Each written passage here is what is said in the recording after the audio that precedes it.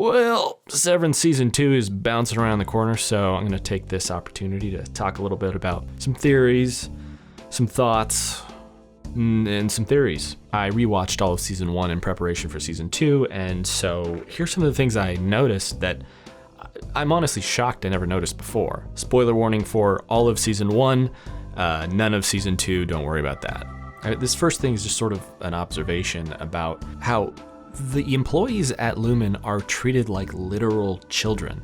Obviously, the way that they are so limited in what they're allowed to do and what they're allowed to read. But the more I started to think about it, the more things I noticed, like the fact that the perks are all the kinds of things you would buy with tickets at an arcade. Including the erasers and the finger traps that you see displayed here. Like useless crap that only a kid that doesn't really have a concept of money or quality would take value in.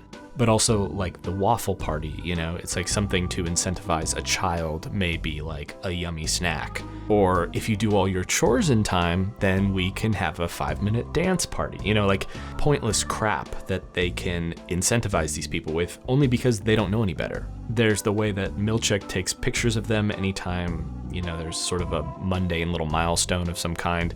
I know that later we see that these photos are being used for the heli exhibit, but this is actually the imagery that kind of got me thinking about this was, you know, like Mark's first morning announcement as supervisor, you know, he takes the picture of him. I'm Mark, your new announcements person.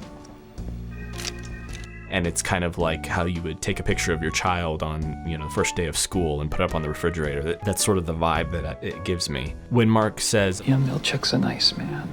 When he says something, it's best to listen. I don't care. Because he can't always be nice like that.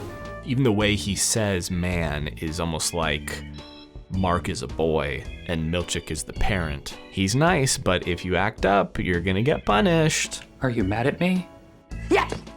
Is that my son? He'd agreed to count to 1,000, which he then violated.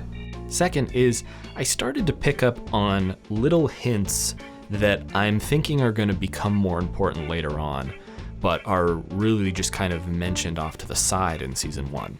I feel like there's something going on in this town. Mark mentions that The neighborhood never really filled up, so. and The departments are pretty spaced out, but it'll all fill in one day. and the school that he used to teach at is abandoned for some reason. I used to teach at this school.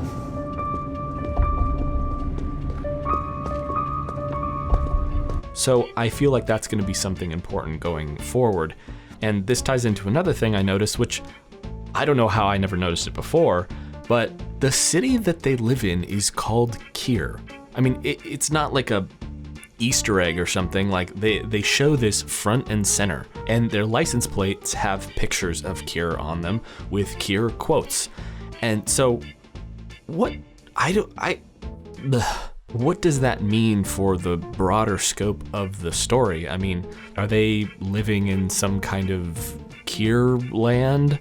Or, I mean, maybe the whole religion/cult thing is more prominent in the outer world than I originally thought. I mean, I thought it was just a manipulation tool that was used within Lumen for the severed people to kind of keep them under control. But it's clearly more than that. The state is also abbreviated PE, which for you scholastic types out there, I'll have you know is not a state. So, I mean, did Lumen become so massive a company that they purchased land in the United States and made their own state out of it, and that's where these people are living? So, Lumen.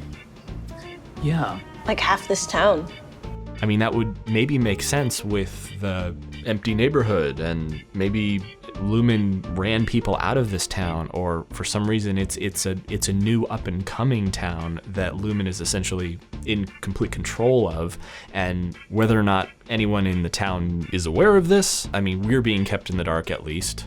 So, yeah, I don't know. And the final whammy is when Dylan is selecting the overtime function, there's all these other functions available, and if you start to imagine what they might mean, it is fucking crazy. Clean slate could mean that Lumen can wipe the innie's memory at any time and start over. With freeze frame, maybe they can just stop them in place. Lullaby could put them to sleep. Open house, I don't know, I don't wanna know. And it begs the question, why wouldn't Lumen use these abilities before when the innies misbehaved? But I've always kind of felt like what they're doing down there is more about experimenting on and studying the innies rather than truly controlling them at all times. But either way, it's stuff like this that makes me wonder if this show is just gonna get absolutely butt clunkers. And with season 1, we only just scratched the surface. Anyway, that's it, bye.